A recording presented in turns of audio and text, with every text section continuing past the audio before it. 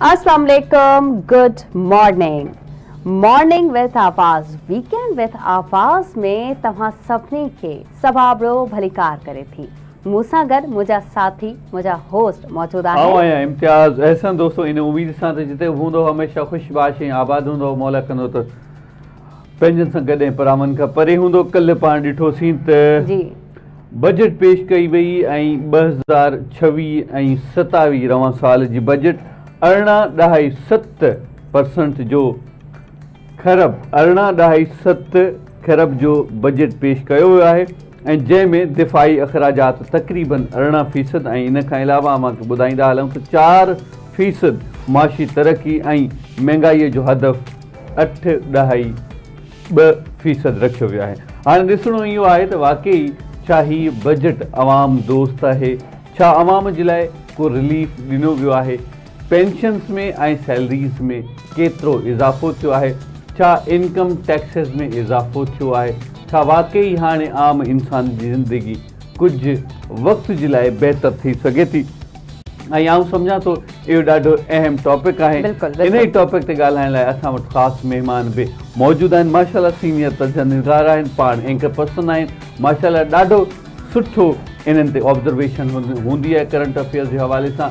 ऐं असांजी आवाज़ टीवी जा पाण साथी बि आहिनि, माशाल्लाह ॾाढे सुठे डिपार्टमेंट खे हेड कनि पिया। मोहसिन बबर साहिब असां सां गॾु वीडियो कॉल ते मौजूदु आहिनि। असीं मोहसिन बबर साहिब खे ऑडियो कॉल ज़रिए भलीकार करियूं था। साईं मोहसिन साहिब भलीकार करियूं था। थैंक यू वेरी मच साईं, थैंक यू वेरी मच, वॾी महिरबानी। जी मोहसिन साहब, भई बजट असीं ॾिठीसीं ऐं चयो वञे थो त अवाम दोस्त बजट पेश कई वई आहे 26 ऐं 27, पर लॻे नथो। छा चवंदो फर्स्ट ऑफ ऑल? थोरो तजियो कयूं ऐं बाद में वरी असीं तव्हां खां पुछंदासीं त कहिड़ा कहिड़ा क्राइटेरियाज़ फिक्स कया विया आहिनि, कंहिं जे लाइ कया विया आहिनि। सो बजट लाइ छा चवंदा? बजट में हिननि हिकिड़ो आवाम खे जेको शौक़ आहे महांगाई जो या ॿिया जेके शौक़ थी सघनि था, इकोनॉमी जा फैक्टर हूंदा आहिनि जंहिंजे करे उनजो सॼो नुक़सानु माण्हुनि खे, आवाम खे, आम माण्हू खे भरणो पवंदो आहे। अमीर माण्हू खे त को फ़र्क़ु कोन थो पए। जेकॾहिं अमीर माण्हू जेको सामान ख़रीद करे थो, कंज़्यूम करे थो, हुनजी इनकम आहे, हुनमें को 5-10% वाधारो थी वियो महांगाई में, त उन्हनि खे फ़र्क़ु न आहे पवंदो।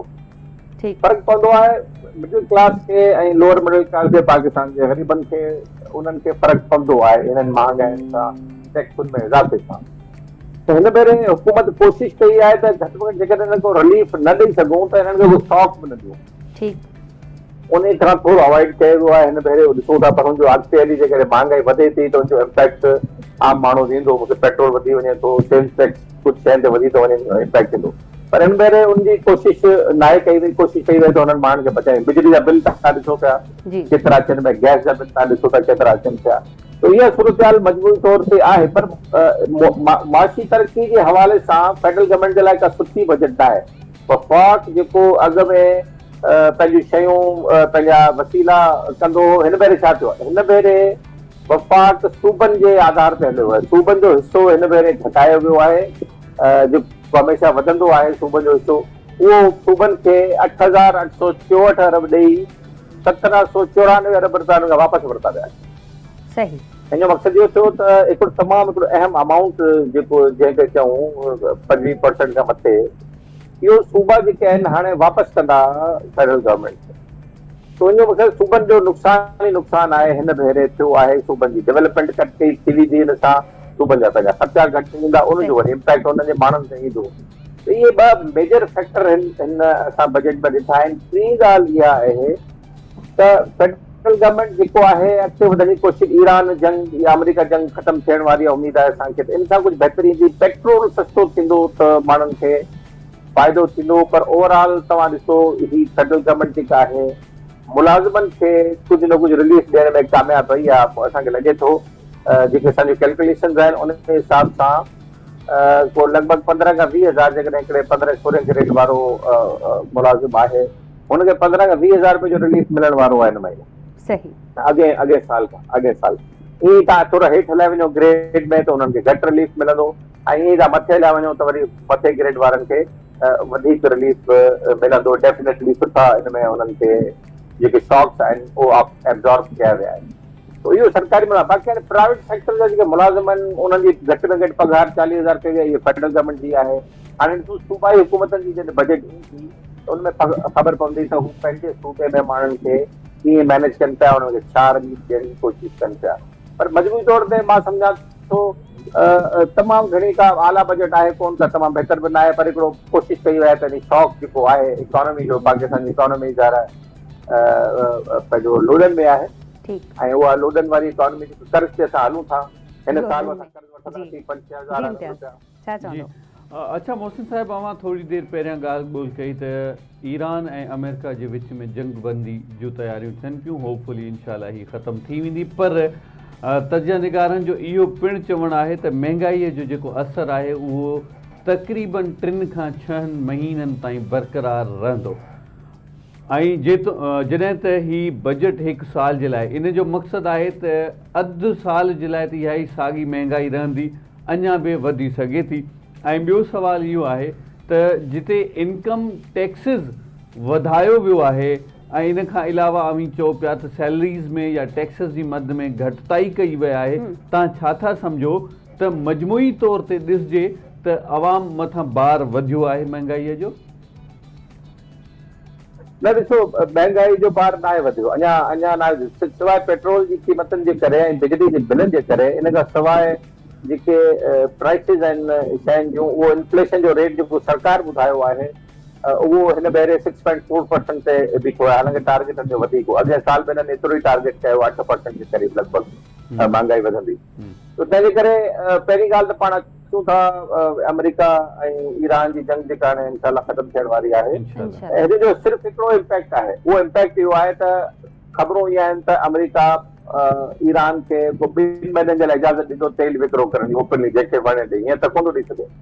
One thing. Second thing is त ईरान खे काफ़ी पैसा मिलंदा, जेका सिचुएशन आहे ख़राब ख़तमु थींदी, जेका आहे ऑयल प्राइसिस जे करे पुराणे जंग खां पहिरीं वारे 68 बैरल फी ते हली थियूं वञनि, त इहो पाकिस्तान खे तेल सस्तो पवंदो। तेल जॾहिं सस्तो थींदो त पाकिस्तान में सस्तो थींदो। इन सॼे मामले में 3 महीना लॻी वेंदा जेकॾहिं सुभाणे खां जंग ख़तमु थिए थी त। बिल्कुलु। हाणे तव्हांजो तेल जेको आहे तव्हांजो हलियो वियो 275 ते, हीअं 370 71 ते पहुची वियो आहे, ऐं तव्हांजो 100 रुपया अञा घटि थी वियो। हिकिड़ो सुठो रिलीफ हूंदो ईंदड़ 3 महीननि में, पर इनजो इम्पैक्ट थींदो। तव्हां जेके ख़रीदारी थींदी आहे तेल जी, उन्हनि खे महीनो लॻी वेंदो आहे, पोइ तेल पहुचे, पोइ मार्केट में वञे, आम माण्हू यूज़ करे, उनजो तेल जो असरु घटि थींदो। हाणे तेल लाॻीतो घटि थींदो, इहा मां तव्हांखे प्रेडिक्शन हाणे कयां थो त तेल हाणे लाॻीतो घटि थींदो। हाणे ॾिसूं जेकॾहिं इंटरनेशनल प्राइसिस 68 बैरल ते अचनि थियूं ऐं हुन खां घटि अचनि थियूं त तेल अचे वापसि, त हीअ त अमेरिका ईरान जंग जो डायरेक्ट इम्पैक्ट आहे। ॿियो जेकॾहिं ईरान पाकिस्तान खे अञा तेल जे करे सस्तो ॾिए थो ऐं सवलो आहे, जल्दी पहुची वेंदो, त पाकिस्तान में हिकिड़ी इकोनॉमी जी नई राख खुलंदी। ईरान सां वापारु, ईरान जे थ्रू सेंट्रल एशिया सां वापारु हिकिड़ो ज़बरदस्त अपॉर्चुनिटी पाकिस्तान जे लाइ आहे। ॾिसो हाणे उहो ट्रांसलेट कीअं थी थिए माण्हुनि खे फ़ाइदे में। ईरान ऐं जंग जो मां तव्हांखे ॿुधायो त हिकिड़ो डायरेक्ट असरु आहे।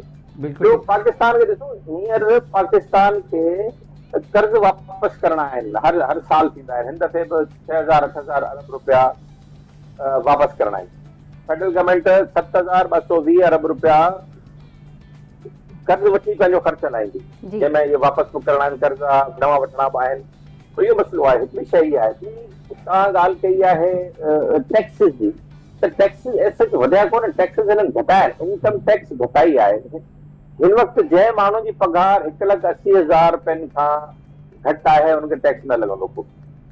1,80,000 महीनो, 1,80,000 खां मथे जेको जिन जो टैक्स आहे, जिन जी सैलरी आहे उन्हनि ते टैक्स लॻंदो। जी सॉरी, जिन जी सैलरी 1,80,000 खां मथे आहे उनखे उन ते लॻंदो टैक्स। ऐं उहो बि पोइ 25% लॻे पियो त उनखे फ्री कयो आहे, 3 बि लॻे पियो त उनखे फ्री कयो आहे। त ईअं थोरो स्लैब्स 4 ठाहियूं आहिनि मथे वारियूं ऐं उन्हनि में उन्हनि खे घटाई ॾिनी वई आहे।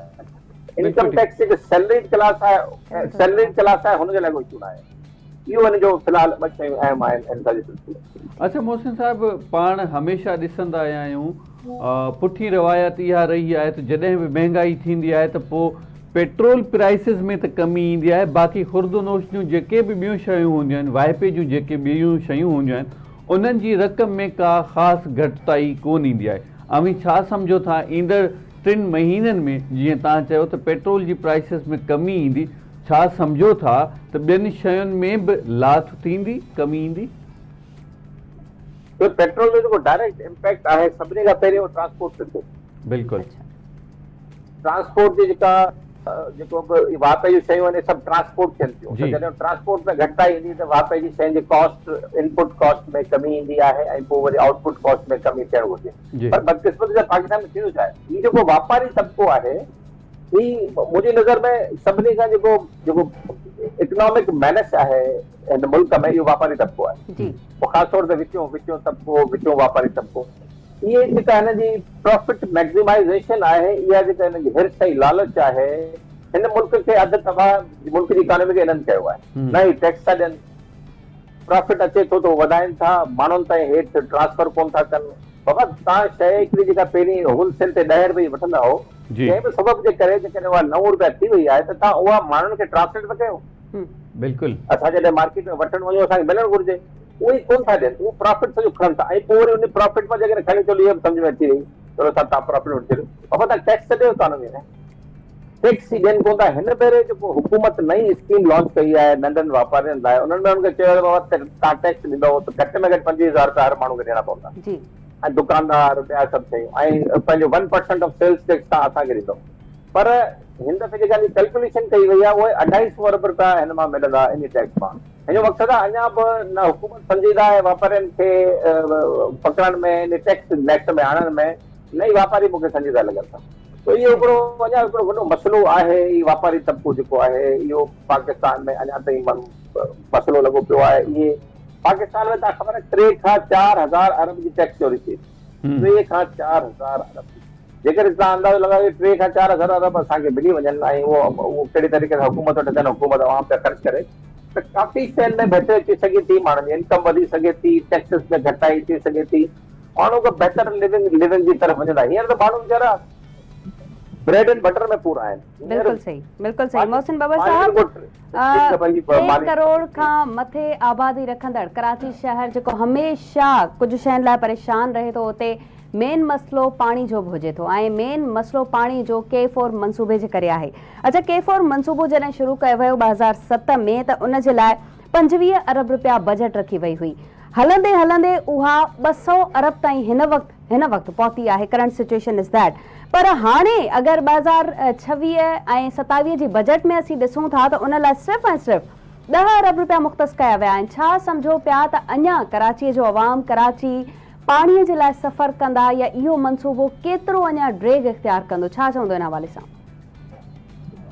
ॾिसो, ही जेके मंसूबा आहिनि पाणी जा कराची जे लाइ, घणे भाङे फेडरल गवर्नमेंट खां आया आहिनि ऐं ईंदा रहिया आहिनि जी, ऐं फेडरल जी फंडिंग फेडरल गवर्नमेंट कंदी रहे। फेडरल गवर्नमेंट कराची जे मामले में पहिरीं कॾहिं बि संजीदा नाहे रही। उन्हनि खे फिकर ई कोन्हे त कराची में 3 करोड़ माण्हू मुल्क जा रहनि था, कराची मुल्क जो इकोनॉमिक हब आहे, हितां जे माण्हुनि जी ज़रूरतूं आहिनि। कराची जो ॿियो मसइलो आहे त कराची जो तव्हांखे ख़बर आहे त अधु त KMC वटि आहे ई कोन, अधु ॿिए पासे हुनजा मैनेजर ॿिया के आहिनि ऐं उहो हुननि खां टैक्स वठनि था ऐं हुननि खे पाणी जूं सहूलियतूं नथा ॾियनि पिया। मां उन एरिया जी ॻाल्हि तव्हां सम्झी सघो था कहिड़ा एरिया उहे सिंध गवर्नमेंट वटि आहिनि ई कोन, उहे KMC वटि आहिनि ई कोन, त उन्हनि जी ज़िम्मेवारी बि KMC ऐं सिंध गवर्नमेंट खणे थी। हिन जे बावजूदि त उन्हनि खे ख़र्च करणु खपे हुन ते।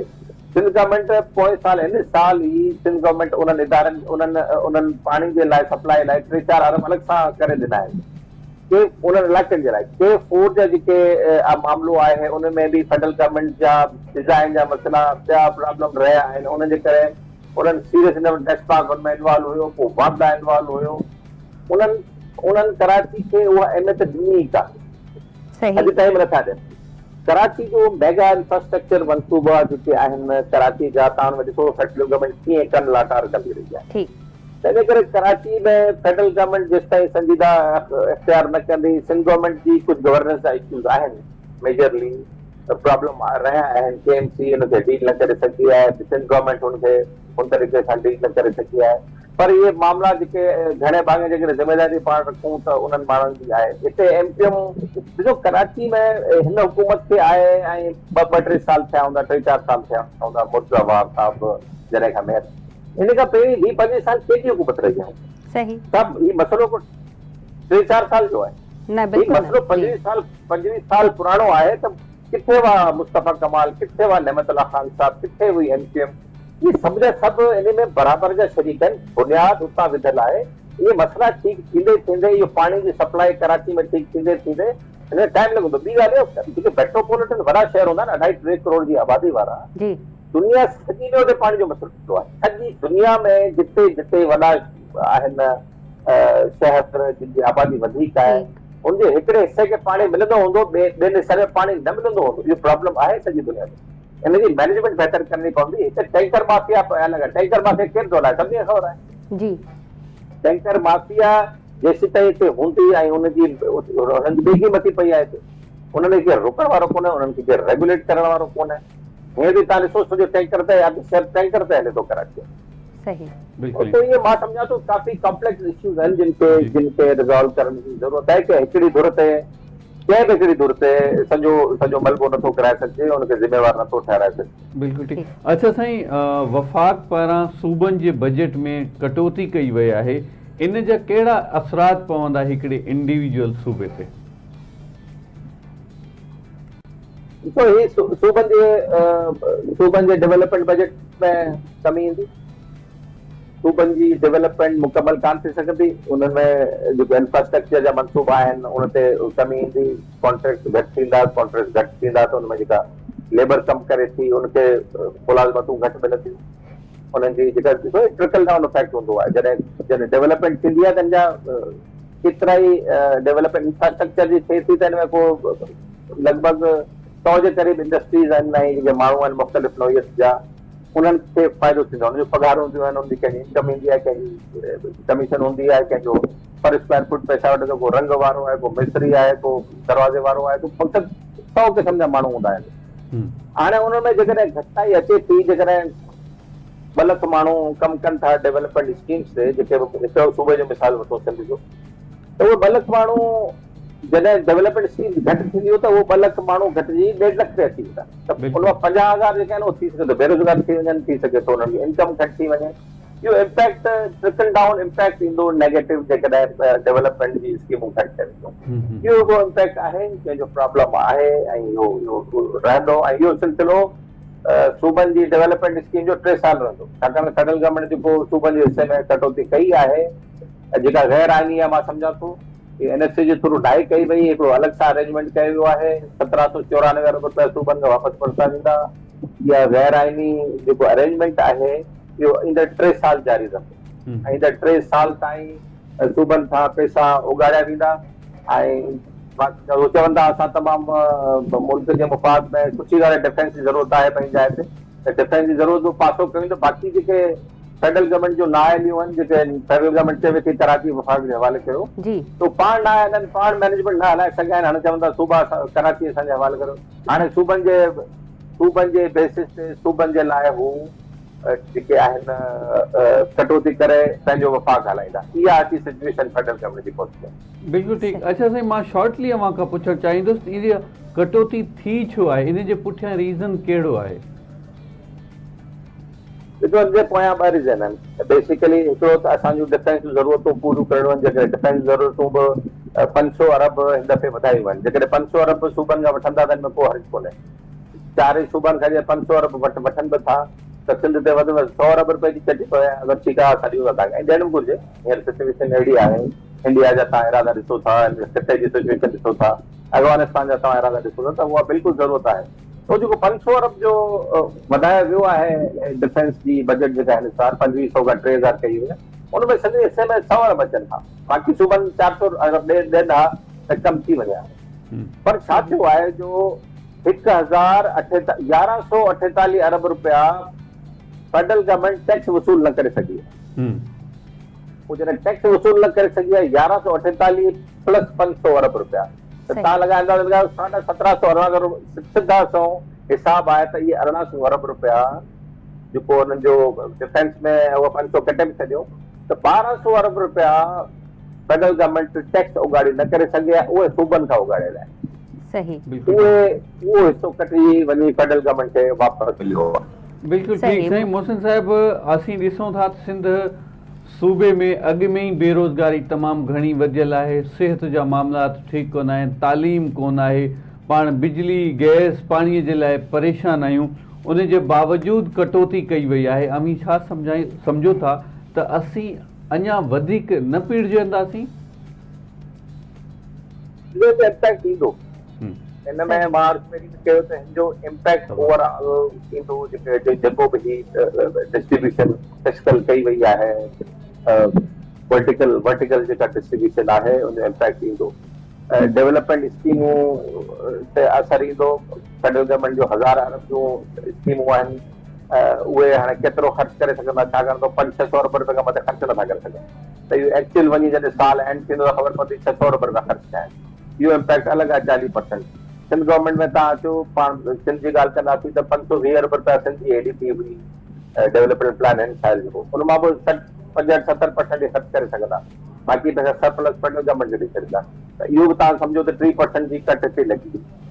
ईंदड़ साल बि ईअं ई आहे, सिंध जी डेवलपमेंट बजट का तमामु वॾी थियण वारी न आहे, उहा बि एतिरी ई थींदी जेतिरी हिन साल आहे। त तव्हां सम्झो 40-50% कट तव्हांखे फेडरल गवर्नमेंट में लॻंदो, 40-50% कट सूबे में लॻंदो। सही। मोहसिन साहब, जिते सिहत ऐं तालीम जो मसलो आहे उते असां वटि लाइफ स्टॉक जो बि मसलो आहे, ऐं गॾोगॾु एग्रीकल्चर जे हवाले सां बि ॻाल्हाईंदासीं। नंढनि हारियुनि खे सिर्फ़ु कर्ज़ ॾियण खां सवाइ असांखे ॿी का बि हिन बजट में पॉलिसी नज़र न आई, ऐं ख़ासि करे लाइफ स्टॉक जे हवाले सां बि का पॉलिसी असांखे अहिड़ी जुड़ंदे नज़र न आई जंहिंसां आम आवाम या इन्हनि वापारियुनि या हारियुनि खे फ़ाइदो थी सघे। छा चवंदो? तव्हांजी ॻाल्हि बिल्कुलु ठीकु आहे। सभ खां जेको नज़रअंदाज थियल जेको तबिको आहे, जेको एरिया सेक्टर आहे, उहो एग्रीकल्चर हिन भेरे रहियो आहे जी। ऐं सभु तव्हां ॾिसो, असांजी एग्रीकल्चर ग्रोथ रेट जेको हिन साल आहे उहो मुनासिब न आहे। असांजी लाइफ स्टॉक जेका प्रोडक्शन आहे उहा थी घणी वई आहे, कंज़म्पशन घटि थी वई आहे, एक्सपोर्ट असांजी बहितर ज़रूर थी हूंदी, पर हिन ॿिन्ही सेक्टर लाइफ स्टॉक एग्रीकल्चर ॿई पार्ट एंड पार्सल आहिनि। इन्हनि ॿिन्ही सेक्टर्स खे को घणी अहमियत न आहे ॾिनी वई, को हुननि जे लाइ रिलीफ पैकेज न आहे, को हुननि जे लाइ पैकेज। कर्ज़ ॾियणु मसइले जो हल न आहे। कर्ज़ ॾियण जे करे तव्हां हिननि खे घटि मार्कअप ते कर्ज़ ॾियो बि था, पर मसइलो छा आहे त हुननि जी फसल त विकामे न। कर्ज़ ॾेई छॾण सां त काफ़ी मसइलो हल कोन थींदो, सिर्फ़ु ख़र्च अची वेंदो। फसल जो हाल इहो थियो आहे तव्हांजे साम्हूं आहे। हींअर असां वटि पाणी आहे कोन, असांजी पोखाई सही कोन थींदी, पोखाई सही कोन थींदी त प्रोडक्शन सही कोन थींदी, प्रोडक्शन सही कोन थींदी त फसलुनि जा रेट सही न मिलंदा, एक्सपोर्ट जा रेट सही कोन मिलंदा, जेके इम्पोर्ट एक्सपोर्ट कनि था फसल जा बागनि मां फ्रूट्स अचनि था। इहो सॼो इन सॼे मामले में किथे बि असांखे को रिलीफ टैक्सुनि में EAP ते, बाण ते, ॿियनि शयुनि ते, हिन जा इनपुट जेके ज़राअत में इनपुट कहिड़ा कहिड़ा हूंदा आहिनि, जेको बाण हूंदो आहे, ॿिज हूंदो आहे, ऐं उन खां पोइ डीज़ल हूंदो आहे, हिननि शयुनि में किथे बि रिलीफ कोन्हे को। इन में रिलीफ कोन्हे त माना इनपुट कॉस्ट ज़राअत जी जेका आहे घटि कान थी आहे, ऐं ख़र्चो वधंदो, ऐं इहो हारियुनि खे ऐं आवाज़गारनि खे, नंढनि आवाज़गारनि ख़ासि तौर ते ॾुखियाई पेश ईंदी, ऐं उहो सेक्टर जेको आहे उहो तकलीफ़ में हलंदो। मोहसिन साहब, कोयटा रोड खे तामीर करण लाइ 100 अरब रुपया मुख़्तस कया विया आहिनि, ऐं असीं हैदराबाद ऐं सखर मोटरवे जॾहिं ॾिसूं था त उनखे लेंदी प्रोसेस में हमेशह रखियो वियो आहे। माटेली माउ वारो हूअं बि सलूक कयो वियो आहे सिंध सां।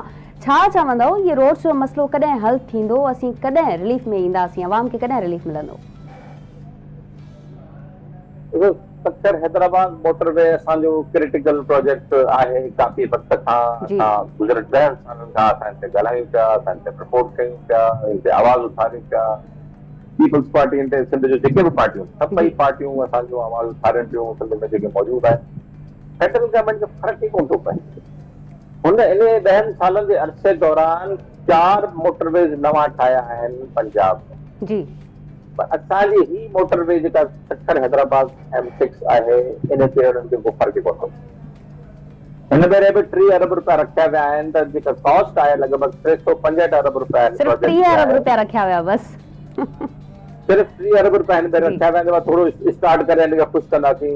ईअं न बस बीठल हूंदी आहे त मुसाफ़िर वेठा हूंदा आहिनि, त बस जो ड्राइवर बि थोरो अॻिते पोइ कंदो आहे त मुसाफ़िरनि खे लॻंदो आहे बसि हाणे हलण वारी आहे, हलंदी कान्हे जेसिताईं मुसाफ़िर पूरा न थियनि। त हीअ जेको फेडरल गवर्नमेंट आहे असांखां हैदराबाद सखर मोटरवे मामले ते इहो ई असरु करे पई, त उहो बस खे अॻिते पोइ हलाइनि कोन था। इहो जेकॾहिं 30 अरब रुपया असांखे हर साल ॾियनि त इहो प्रोजेक्ट असांजो 12 साल में पूरो थिए। मूंखे ॿुधायो त 12 साल असां अफोर्ड करे सघूं था? बिल्कुलु न। ही असां सां फेडरल गवर्नमेंट NHA जेका आहे, ये त मां सम्झां थो, मां त NHA खे सिंध दुश्मन इदारो करां पिया।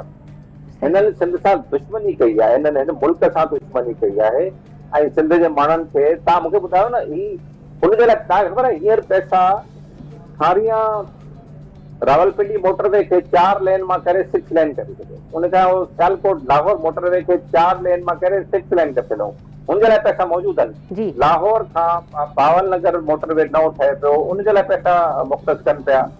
मक़सद पर पैसा न आहिनि, सिर्फ़ु हैदराबाद सखर मोटरवे लाइ आहिनि। ही हिते मुल्क में असां मश्करी लॻाए वेठा आहिनि ऐं सम्झनि था त सिंध जा माण्हू चुप करे वेंदा। हिननि डेवलपमेंट ते हाणे सियासत थिए पई, सिंध जो माण्हू सम्झे थो, बार बार सम्झे थो त इहे जेके बाबू वेठल आहिनि इस्लामाबाद में पंजाब सां तालुक रखंदड़ घणे भाङे, उहे इहे सिंध जा फ़ैसिला कनि था ऐं सिंध खे इन्हनि जेके आइन में पाकिस्तान जे आइन में पाकिस्तान जे बराबरी में जेके सहूलियतूं मिलियल आहिनि उहे ॾियण लाइ तयारु न आहिनि। सभिनी खां पहिरीं त इन्हनि बाबुनि खे जेको आहे ज़िम्मेवार ठाहिराइजे।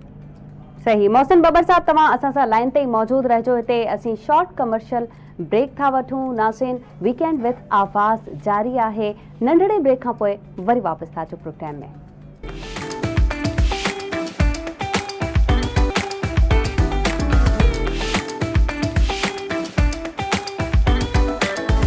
वेलकम बैक नाज़रीन, हिकिड़ी नंढी साईं खां पोइ अवां जी ख़िदमत में हाज़िर आहियूं। साईं मोहसिन साहिब, 4% मुआशी तरक़ी जे लाइ पैसो रखियो वियो आहे ऐं उन्हनि जो हदफ़ आहे असांजी फेडरल गवर्नमेंट जो त पाण 4% मुआशी तरक़ी कंदासीं। अमी सम्झो था त इहो मुमकिन आहे? छा उमीदूं आहिनि? हिकिड़ी ॻाल्हि इहा फिगर्स आहिनि जेके शहबाज शरीफ़ साहब जॾहिं बि वज़ीर आज़म रहिया आहिनि या मुस्लिम लीग नून जी हुकूमत रही, 4% मुआशी तरक़ी जो हदफ़ हासिल न करे सघिया। ऐं हिकु भेरो ॿीहर थिए पियो त फेडरल गवर्नमेंट जेका आहे, वफ़ाक़ जेको आहे या मुल्क असांजो जेको आहे, उहो 4% जो मुआशी तरक़ी जो हदफ़ हिन सूरत हाल में हासिल करणु ॾुखियो नज़र अचे। बिल्कुलु ठीकु। जंग ख़तम थिए थी, जंग ख़तम थियण खां पोइ पाकिस्तान खे में ईरान वटां ऐं कुझु वापार वधे थो, हिन एरिया में अञा कुझु शयूं बहितर थियनि थियूं, कुझु इन्वेस्टमेंट अचे थी, जेका सऊदी अरब, कतर ऐं असां सां वाइदो कयल आहे, ॿी का इन्वेस्टमेंट अचे थी चीन जे तरफ़ां।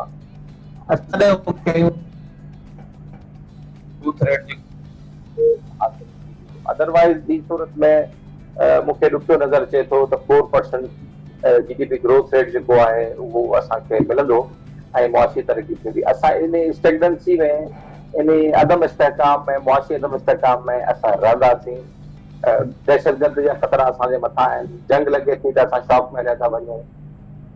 अफगानिस्तान सां असांजी टेंशन लॻी पई आहे। ईरान जो ख़ितो अदम इस्तेहकाम जो शिकार आहे।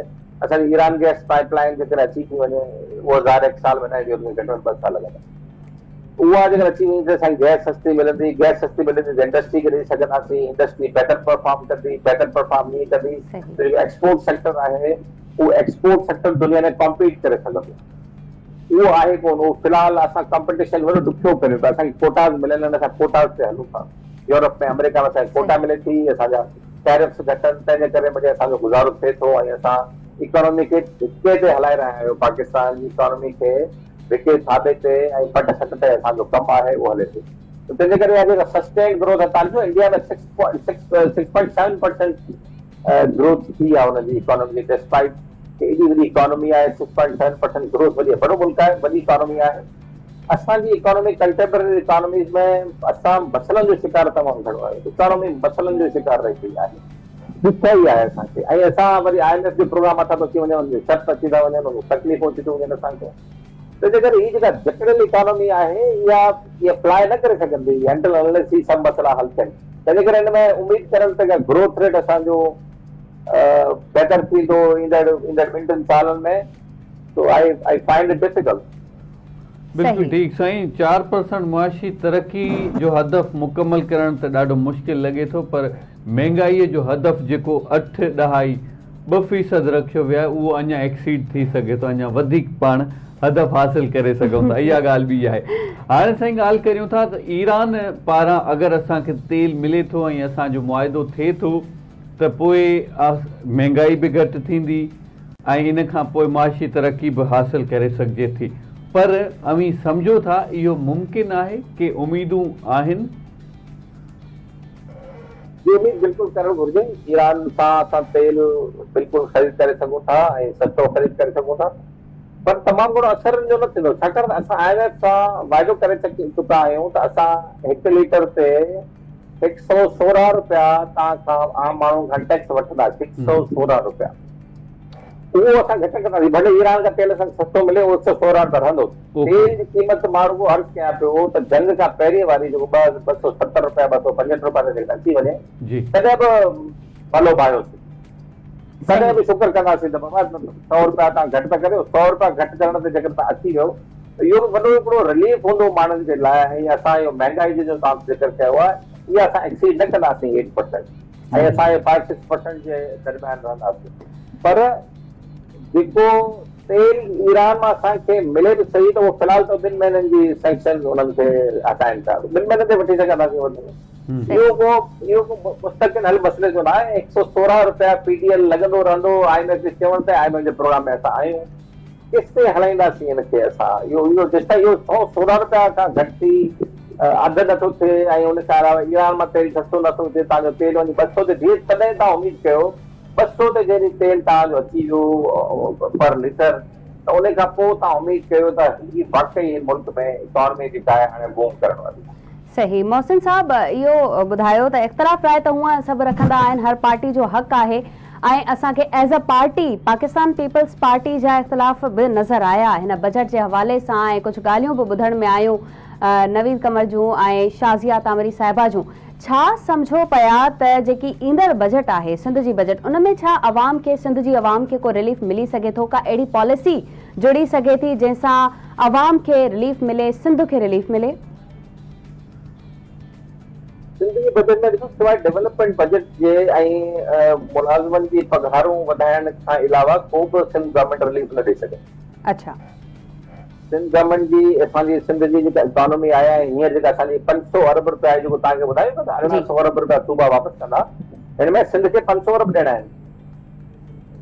त 500 अरब रुपए जी असांजी डेवलपमेंट जी बजट आहे टोटल। 500 अरब तव्हां वापसि करे छॾींदो, 500 अरब डेवलपमेंट जी बजट, तव्हां अंदाज़ो लॻायो त इहे 500 असां न ॾियूं, मिसाल ॾियां थो मां ऐं 500 असांजी पंहिंजी डेवलपमेंट बजट, जॾहिं 1000 अरब जी डेवलपमेंट बजट असां सिंध में ख़र्च कयूं हा त पोइ चई सघिजे त यार ज़बरदस्त बजट आहे ऐं उन मां 600-700 अरब रुपया ख़र्च थी वञनि हा त हे हिकिड़ी इकोनॉमिक एक्टिविटी जनरेट थिए हा सूबे में। उहा कान थी सघंदी। उहा तव्हां 500 होॾा ॾेई छॾिया, 500 तव्हां पाण रखिया आहिनि जंहिंमां तव्हां 350-400 अरब रुपया ख़र्च करे सघंदो मैक्सिमम। किथे 700 अरब रुपया, किथे 400 अरब रुपया, तव्हां फ़र्क़ु त पवंदो न। मां तव्हांखे सॼो जी कैलकुलेशन करे ॾेई छॾी आहे त इहे ठेकेदार जॾहिं कमु कंदा, इंफ्रास्ट्रक्चर ठहंदो, उनजो ट्रिकल डाउन थींदो, हेठां माण्हुनि खे पैसा मिलंदा, उहे तव्हां ॿीड़ा थियणा हुआ जेके 100-2 लख माण्हुनि खे मिलणा हुआ, उहा लख माण्हुनि खे मिलंदा। उनमें बेरोज़गारी बि वधी सघे थी। हिन में मूंखे नज़र अचे थो थींदो नई सेक्टर में जेके माण्हू कमु कनि था उन्हनि खे जी मोहसिन साहब, हुनमें मां अॻिते त उन्हनि खे ॾुखियाऊं पेश अची सघनि थियूं। इन सिंध गवर्नमेंट खे को रिलीफ का ख़ासि उमेद न रखो को रिलीफ थियनि माण्हुनि खे मिले। बिल्कुलु ठीकु। अच्छा मोहसिन साहिब, हिन बजट में बिज़नेस बाबति छा सम्झो था? कुझु नयूं शयूं, न्यू बिज़नेस इनिशिएट करे सघजनि था या उहे कारोबारी हज़रात जेके हमेशह दाहूं कंदा रहिया आहिनि उन्हनि खे को रिलीफ मिलियो आहे? भई कारोबारी अफ़राद खे को रिलीफ न आहे सवाइ त सुपर टैक्स जेको हो, जेको तमामु वॾा 50 करोड़ खां मथे बिज़नेस वारा माण्हू आहिनि ऐं 20-30 करोड़ खां मथे वारा, उते सुपर टैक्स लॻंदो हिकिड़ो। उहो सुपर टैक्स में उन्हनि 5% घटिताई कई आहे। उते उन्हनि खे रिलीफ उन्हनि वॾनि ठेकेदारनि खे, वॾनि बिज़नेसमैन खे ऐं मैन्युफैक्चरर्स खे मिलंदो। बाक़ी हेठि जेके आहिनि उहो सेल्स टैक्स साॻियो आहे। मूं वटि चयो त नंढनि दुकानदारनि ते 1% सेल्स टैक्स वधाए वियो आहे, जो टैक्स वठंदा या 25,000 रुपया घटि में घटि साल में ॾियणा पवंदा। उनजो को ख़ासि इम्पैक्ट सिंध ते फ़र्क़ु न पवंदो, फेडरल गवर्नमेंट जे बजट में फ़र्क़ु पवंदो। वापारियुनि ते को ख़ासि अॻे ई प्रॉफिट मैक्सिमाइज़ कनि था, प्रॉफिट खणण में हिन दफ़े वधीक खणंदा। हू जेको रिलीफ आहे उहो आम माण्हू खे ॾियण लाइ वापारी तयारु आहे कोन, नंढो वापारी, वॾो वापारी, विचोलो वापारी, उनजो फ़ाइदो उन्हनि खे ई थींदो। ऐं उहो पाकिस्तान में जेकॾहिं को नुक़सान में नाहे थींदो, इन्हनि तव्हां अंदाज़ो लॻायो कोविड जंगियूं, कोविड केॾा बि ॾुखिया मसइला थिया, असांजो वापारी नुक़सान में नाहे थींदो, वापारी खे तकलीफ़ न आहे। तव्हां इहो सम्झो पोइ उनजो मक़सदु आहे त वापारी जेके आहिनि इहे फ़ाइदे में। त पाकिस्तान में जेकॾहिं मां नौजवाननि खे, सिंध जे नौजवाननि खे अर्ज़ु कंदो त भाऊ हिन खां वधीक सुठो धंधो कोन अथव। सही ॻाल्हि इहा आहे त इहो मज़ाक उॾायो वेंदो आहे छोला खपाइण वारो, जेकी ट्रंड ठही वई आहे, पर मुंहिंजी नज़र में छोलनि जो सुठो दुकान हणी वियो ऐं छोला खपायो, तव्हांजो प्रॉफिट जेको आहे हिकिड़ी पघार 50,000 खां 1.5 लख रुपया आराम सां कमाए सघो था। कारोबार आहे न, कारोबार आहे। जी मोहसिन साहब, बेनज़ीर इनकम सपोर्ट प्रोग्राम जे लाइ 17% उन में वाध कई वई आहे, वज़ीर आज़म प्रोग्राम में उन खां वधीक वाध कई वई आहे। 17% जेको बेनज़ीर BISP लाइ वाध कई वई आहे, छा इहो इनफ आहे? मां सम्झां थो काफ़ी बहितर कयो आहे। इनफ कंजो कॾहिं न थी सघे। पहिरीं तव्हांखे यादि कोन्हे प्रोग्राम जॾहिं शुरू थियो 2010 में, मां रिपोर्ट कंदो रहियो आहियां, तॾहिं बि फरज़ाना राजा साहिबा जो चेयरमैन हूंदियूं हुयूं, हुन में 3,000 रुपया मिलंदा हुआ 3 महीननि। सही। हाणे 18,000 रुपया मिलंदा जुलाई खां वठी। जी। त इहो हिकिड़ो सफ़र आहे। ऐं हुन खां अलावा हिन महिल पाकिस्तान में 1 करोड़ ख़ानदान जेके आहिनि हिन मां लाभ हासिल करे रहिया आहिनि बेनज़ीर इनकम सपोर्ट। हाणे उहो अंग वधाए 1 करोड़ 20 लख कयो पियो वञे। 20 लख ख़ानदान वधंदा सॼे सिंध मां। हुन में ज़ाहिर सिंध जा बि 5 लख ख़ानदान जेके आहिनि उहे एडिशनल हिन में ऐड थींदा। ऐं पोयां जेके आहिनि जिन खे 12,000 14,000 मिलनि पिया, हाणे उहो पैसा हुनखे 18,000 मिलंदा। ऐं वज़ीर आज़म प्रोग्राम जी 838 अरब रुपया बेनज़ीर इनकम सपोर्ट प्रोग्राम आहिनि ॿेरे रखिया विया आहिनि, ऐं उहे बि उन्हनि में बि वाध थी आहे। त मां सम्झां थो त बेनज़ीर इनकम सपोर्ट जो कंटिन्यू रहण ऐं इहा डायरेक्ट आम माण्हुनि खे रिलीफ, जिते वॾा वापारी, वॾा टैक्स चोर जेके आहिनि, कमीशनूं ऐं रिश्वतूं 3-4 हज़ार अरब रुपया खाई ईंदा आहिनि मुल्क में, उन्हनि में जेकॾहिं ग़रीब माण्हुनि खे 1 करोड़ 20 लख ग़रीब माण्हुनि खे 838 अरब मिली वञे, को अर्ज़ु कोन्हे। रियासत जा पैसा आहिनि, रियासत ग़रीब माण्हुनि जे लाइ आहे ऐं उन्हनि खे मिलणु घुरिजनि। हिन जी मुखालफ़त करणु मूंखे अजीब लॻंदो आहे त माण्हू जिन जी मुखालफ़त कंदा आहिनि मुख़्तलिफ़ बुनियादुनि ते, उन्हनि खे न करणु घुरिजे। इन करे मां अर्ज़ु कयां थो त इहे पैसा ग़रीबनि खे मिलनि पिया, 90% सही मिलंदा हूंदा, मिलनि पिया ग़रीबनि जे घरनि में वञनि पिया। बहितरीन। अच्छा मोहसिन साहिब, अव्हांखे ख़बर आहे त पाकिस्तान जी कुल आबादी में 65% आबादी नौजवान ते मुश्तमिल आहे। हिन बजट में नौजवाननि जे लाइ छा ख़ुशख़बरी आहे? नौजवाननि लाइ ख़ुशख़बरी मूंखे त नज़र कान थी अचे पई। मां अर्ज़ु कयो त जेकॾहिं ख़ुशख़बरी ले आंदी त पंहिंजो कारोबार खोलनि, जिते जिते वेठल आहिनि को न को नंढो वॾो कारोबार शुरू कनि, देरि न कनि इन ॻाल्हि में।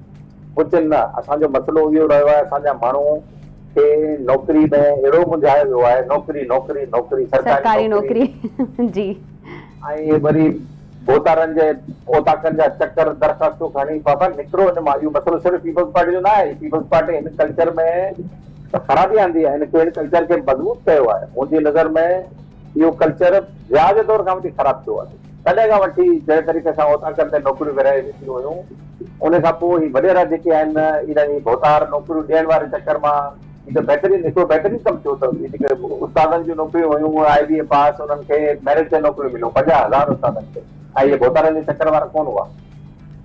इहो जेकॾहिं तरीक़ो अख़्तियार कयो त बहितरीन आहे। पीपल्स पार्टी खे घुरिजे त इहे भोतारनि खां नौकिरियूं कढनि, घणे भाग निकिरनि पियूं।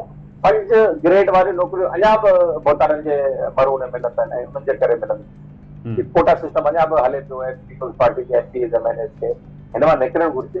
हीउ जेको पीपल्स पार्टी मेरिट ते नौकिरियूं ॾियण वारो कमु शुरू कयो, इहा वाखाण थी आहे, हर माण्हुनि जी वाखाण करे पोइ सुठो कमु त बिल्कुलु वाखाण कंदासीं ऐं करणु बि घुरिजे। त इहो पहिरीं ॻाल्हि त नौकिरी जो कल्चर, असां नौकिरी जो कल्चर जो मसइलो आहे। भोतार वटि वेंदासीं, 40,000 50,000 पघार वठराए ॾींदो असांखे, ऐं पोइ घर में अची वेही रहंदासीं, ॿी बजे नौकिरी कंदासीं, पघार सुठी आहे, कमु आहे कोन, ई आहे कल्चर असांजो। इन कल्चर खां प्राइवेट सेक्टर ऐं कारोबार, सिंध जे नौजवाननि वटि सिर्फ़ु इहो हल आहे सरकार खां बजटुनि में ऐं ॿियनि पासनि में उमीदूं करणु या मां सम्झां थो जीअं तव्हां ॻाल्हि करे त वापारी कीअं प्रॉफिट मैक्सिमाइज़ करे थो। जहिड़ो हुन में बाबा तव्हां जिते 40,000 रुपया पघार जी उमीद कई था, उते त आराम सां 1.5 लाख रुपया कमाए सघो। थोरी महिनत जी ज़रूरत आहे। कारोबार में कम में महिनत करणी पवंदी आहे। बिल्कुलु सही। मां ॾिसां पियो सिंध जे नंढनि शहरनि में मुख़्तलिफ़ क़िस्म जा कारोबार, फूड खां वठी सप्लाईज़ खां वठी सोलर टेक्नोलॉजी, IT, नंढा नंढा दुकान खुलनि पिया। ये सब नौजवानों में फिट थियनि पिया। जेके नौजवान कारोबार जे पासे जींदा, बाबा फूड में अचो, पहिरियों हिकिड़ो सुठो लॻायो, फर्स्ट क्लास हुनमें इन्वेस्टमेंट करे 50,000 जी इन्वेस्टमेंट कान थी थिए, लख जी कान थी थिए। लख जे अगेंस्ट तव्हां आराम सां घटि में 50,000 त महीने में कमाए पंहिंजो घर हलाए सघो था। कंहिं भुतार जे दर ते वञण जी ज़रूरत कोन्हे। हिन में हद कहिड़ो आहे? मज़दूरी महिनत करण में हद कहिड़ो आहे? जेको माण्हुनि टैबूस ठाहे छॾिया आहिनि, असां छोला न कपाइणा। कहिड़ो मसइलो आहे मक़सदु छोला कपाइण में? टैक्सी हलाइण, पंहिंजी टैक्सी हलाइण में ये जेके राइडर्स हलन पिया हिते बाइक्स ते ऐं गाॾियूं इन ड्राइव हलन थियूं, नौजवान कमाइनि पिया। भले सिंधवासी मां कराची में ॾिसंदो आहियां, मूंखे मिलंदा आहिनि काफ़ी सारा। जी बहितरीन मोहसिन बाबा साहब, तमामु घणी तव्हांजी महिरबानी। तव्हां वीकेंड विथ आवाज़ में पंहिंजो क़ीमती टाइम ॾिनो ऐं असांखे बजट जे हवाले सां खोड़ सारियूं तफ़सील ॿुधायूं ऐं असांखे ॾाढो सुठो लॻो तव्हां सां ॻाल्हि ॿोल कंदे। इम्तियाज़, छा जी, ख़्यालु वॾी आहे? महिरबानी मोहसिन साहिब। नाज़रीन, पाण हिते वठंदासीं ब्रेक खां पोइ असां वरी मुलाक़ात थिए थी। Stay tuned, stay with us.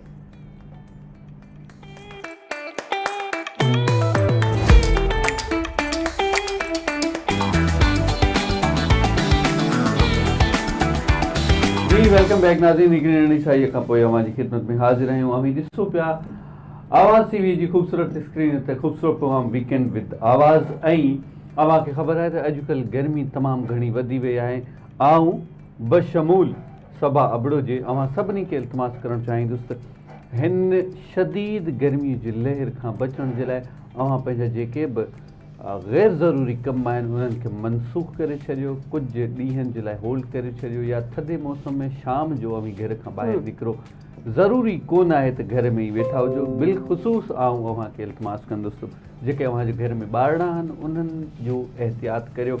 दाणा थियनि पिया ऐं ख़ारिश वधे पई, इन सां गॾोगॾु बीमारी बि वधे पई। इन करे आऊं चवंदुसि त बशमूल अव्हांजे ॿारड़नि जो बि ख़्यालु करियो। हीट स्ट्रोक ते ई ॻाल्हाइण जे लाइ असां सां गॾु ज़बरदस्त महिमान मौजूदु आहिनि। पाण डॉक्टर आहिनि, डॉक्टर हिना राना साहिबा असां सां गॾु मौजूदु आहिनि। उन्हनि जी MBBS थियल आहे, माशाअल्लाह ॾाढो सुठो एक्सपीरियंस रखनि थियूं ऐं असीं उन्हनि खे पंहिंजे प्रोग्राम में तहे दिलि सां भलीकार कंदासीं। डॉक्टर हिना, हम आपको वेलकम करते हैं। जी, यू वेलकम। जी, सभा छा चवणु जी, ऐं मां त तव्हांजी शुरूआत में जेके तव्हां इहे लफ़्ज़ चया उन्हनि खे मां थोरो कंटिन्यू कयां अगरि। इम्तियाज़, तव्हां चयो ख़ूबसूरत प्रोग्राम ऐं ख़ूबसूरत स्क्रीन ऐं असीं बि ख़ूबसूरत आहियूं, पर इहा गर्मी असांखे ख़ूबसूरत रहण नथी ॾे। असल में ॻाल्हि ईअं आहे त पंहिंजी तारीफ़ मर्दनि खे ठहे कोन, इन करे मूं इहे लफ़्ज़ तव्हांजे लाइ छॾिया ऐं मूं सोचियो थे इहे ॻाल्हि तव्हां ज़रूरु बिल्कुलु। त असीं जेके ख़ूबसूरत आहियूं उहे ख़ूबसूरत असांखे गर्मी बर्दाश्त नथी करे ऐं वरी असीं बर्दाश्त नथा कयूं त असीं ख़ूबसूरत रहूं, छो त असां वटि अंब बि आहिनि। अगरि मैंगोज़ असीं न खाईंदासीं त असांजी गर्मी जी सीज़न कीअं सुठी हलंदी। पर वरी उहे मैंगोज़ जॾहिं असांजे चहिरनि ते अची वञनि था त ओ माई गॉड। वरी उन खां पोइ जॾहिं हीट स्ट्रोक जी जीअं तव्हां ॻाल्हि कई त हा बिल्कुलु हीट स्ट्रोक आहे ऐं घर में रहणु खपे, अवॉइड करणु खपे। ख़ासि करे जेका हीअ गर्मीअ जी लहर 54, 55 ताईं जेका बबाद जी गर्मी पहुती आहे, 49, 50 ताईं सखर, लाड़काणे या शिकारपुर जी गर्मी पहुती आहे। सो इहा गर्मी बर्दाश्त जोगी न आहे। पाणी बॉइल थियणु लॻो आहे। सो कराची जी गर्मी बि बर्दाश्त जहिड़ी न आहे। हितां जी गर्मी में नमी वधीक हूंदी आहे, हवा में नमी वधीक हूंदी आहे। इन जे करे कराची जी गर्मी बि बर्दाश्त असीं नथा करे सघूं। अॼु वरी बि थोरी घणी मौसम सुठी आहे, हवा हली रही आहे, पर हवा में उहा ई नमी आहे। सो इन हवाले सां हीट स्ट्रोक खां कीअं बचिजे, कहिड़ा उपाउ आहिनि, तव्हां इंट्रोडक्शन करायो आहे हिना राना साहिबा जो, जेके असां सां गॾु मौजूदु आहिनि। उनखां ज़रूरु पुछंदासीं हीट स्ट्रोक। पहले तो ये बताएं कि हीट स्ट्रोक है क्या? जी ओके, हीट स्ट्रोक बेसिकली अगर हम बात करें तो एक सीवियर कंडीशन होती है। इट्स लाइक अगर आप गर्मी में ज़्यादा आपके पास बहुत ज़्यादा हीटअप हो रही है आपकी बॉडी, आप गर्मी में बाहर जा रहे हो, then there is a severe chances of कि आपकी बॉडी का टेम्परेचर राइज होता है and after that you feel sudden sign and symptoms. आप सडनली अनकॉन्शियस हो जाते हो, बेहोश हो जाते हो, वॉमिटिंग होती है। एंड सिंपल वर्ड्स में अगर मैं कहूँ तो आपको कोई सेंसेस में आप नहीं रहते हो। ठीक। तो ये है हमारे पास हीट स्ट्रोक होता है।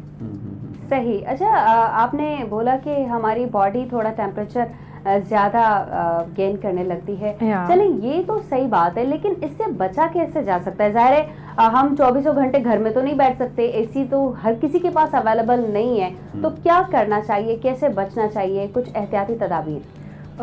हीट स्ट्रोक से बचने के लिए आपको जैसे आपको अब हर किसी के पास एसी अवेलेबल नहीं है, तो इसके लिए आपको बस कुछ मेजरमेंट्स हैं जो आपको यूज़ करनी है। जस्ट लाइक आप बिल्कुल लाइट क्लोथ्स पहने, लाइट कलर होती है, ज़्यादा ब्राइट कलर ना पहने, क्योंकि अल्टीमेटली अगर आप ब्लैक और ज़्यादा ब्राइट कलर पहनोगे तो हीट उसमें ज़्यादा एब्जॉर्ब होती है, तो आप उसको अवॉइड करें। एंड आफ्टर दैट उसके बाद आप अपनी बॉडी का टेम्परेचर लाइट रखें, आप हाइड्रेटेड रहे और कोशिश करें अगर आप जब भी बाहर जा रहे हो, जैसे कि नॉर्मल पर्सन है, अब जाहिर सी बात है हर किसी को कोई एम्प्लॉयमेंट है, किसी को काम करना है, तो जब भी आप बाहर जा रहे हो तो ऑलवेज आपको एक अम्ब्रेला अपने पास कैरी करनी है और हमेशा अपने पास लाइक नींबू पानी और टैंक, कैल्सी, वॉटएवर जो भी हमारे पास अवेलेबल होता है वो हमें हमारे पास रखनी चाहिए, तो इससे हम हाइड्रेटेड रहते हैं और हमारी बॉडी का टेम्परेचर सडन लो नहीं होता। सही। अच्छा, हिना रैना साहिबा ने ये कहा कि ब्लैक कलर के खास करके कपड़े नहीं पहनने चाहिए। जैसे हमारे आज होस्ट साहब इम्तियाज साहब ने ब्लैक कलर के कपड़े पहने, तो उनको कितनी गर्मी लग रही होगी। नहीं, अभी तो जान नहीं लग रही, क्योंकि हम एसी में बैठे हैं। और जिस टाइम आ रहे थे तो गाड़ी में आ रहे थे, वहाँ भी एसी लगा हुआ था, घर पे भी एसी था, तो अभी तक तो नहीं। लेकिन जिस तरह डॉक्टर हिना ने कहा अभी काम से जाना है, तो जाहिर है ऑब्वियसली आप जब किसी ऑफिस के लिए जाते हैं, मार्केट में जाते हैं, बिलखुसूस आज मुझे क्योंकि मार्केट में कुछ चीज़ें अप्लाइंसेस लेनी है, तो जाहिर है वहाँ पे गर्मी लगेगी। लेकिन इनकी बात पे मैं अमल करते हुए आज से हम थोड़ा एहतियात करेंगे और लाइट कलर्स के कपड़े पहनेंगे। बेहतरीन। इम्तियाज, छा तव्हां अवॉइड कंदो त ब्लैक कलर जा सी कपड़ा न पाइनि, छो त ब्लैक अॼुकल्ह फेवरेटिज्म में हले पियो, फेवरेट थी वियो आहे, पार्टीज़ हुजनि या कैजुअल यूज़ में बि असीं ऑफिसिस बि अचूं था, पोइ बि ब्लैक कलर त हिनखे अवॉइड नथा करे सघूं। सो गर्मी आहे, वरी ब्लैक कलर आहे, वरी पोइ असांजे जेको बर्दाश्त न जोगो मादो आहे, यानी कि ख़ासि करे असीं हिक ॿिए जी ॻाल्हि खे बि बर्दाश्त न कंदा आहियूं। अच्छा, कुछ लोग हिना साहिबा हीट में चलते हुए या फिर हम गर्मी में जैसे बाहर निकलते हैं, उनका जहनी तवाज़ुन भी ख़राब हो जाता है, एक दूसरे से चिड़चिड़ापन, बातें करना, उलझना, ख़ास करके हम ऐसी बातें कह जाते हैं जो हमें नहीं कहनी चाहिए। कैसे खुद को संभालना चाहिए इस गर्मी में, अपने आप को कैसे कंट्रोल में रखना चाहिए? डॉक्टर हिना, मैं आपके जवाब से पहले एड ऑन करना चाहूँ, ये इनडायरेक्टली मुझसे कहा जा रहा है, मुझे पता है। आज सुबह मैंने कुछ ऐसा बोल दिया जो बोलना नहीं चाहिए था। अगेन मैंने बोला भी था कि भाई गर्मी बहुत ज्यादा है, लेकिन फिर थोड़ा सा ना आपने बर्दाश्त करना है, लेकिन क्योंकि बदला तो लेना है, वो लिया जा रहा है। चलें जी, आपकी बारी है, मर्जी। जी doctor Hina. It is simple कि आप कुछ ज़्यादा ना करें, लेकिन अपने आप को काम रखने के लिए आपको खुद को पहले भी मैंने आपको बताया, आपको हाइड्रेटेड रहना है, क्योंकि अल्टीमेटली अगर आपकी बॉडी का टेम्परेचर मेंटेन रहेगा तो वो ज़्यादा जो गर्मी है, जैसे कि हम किसी की एक दूसरे की भी बात बर्दाश्त नहीं कर रहे, तो वो बर्दाश्त करने की थोड़ी सी कुव्वत हमें भी आ जाती है। जस्ट लाइक अगर आप आयरन को ये बहुत ही अलग सा एग्जाम्पल है, बट जस्ट लाइक अगर आप आयरन को ओवर हीट करोगे तो आपके कपड़े जल जाएंगे, वैसे ही आपकी बॉडी है। अगर आपकी बॉडी का टेम्परेचर सही नहीं होगा, आपकी इनर सिस्टम, आपका हेमोडायनामिक्स अच्छा नहीं होगा, तो इट इज़ बेसिकली कि आप किसी को भी उस हिसाब से आंसर भी नहीं कर पाओगे।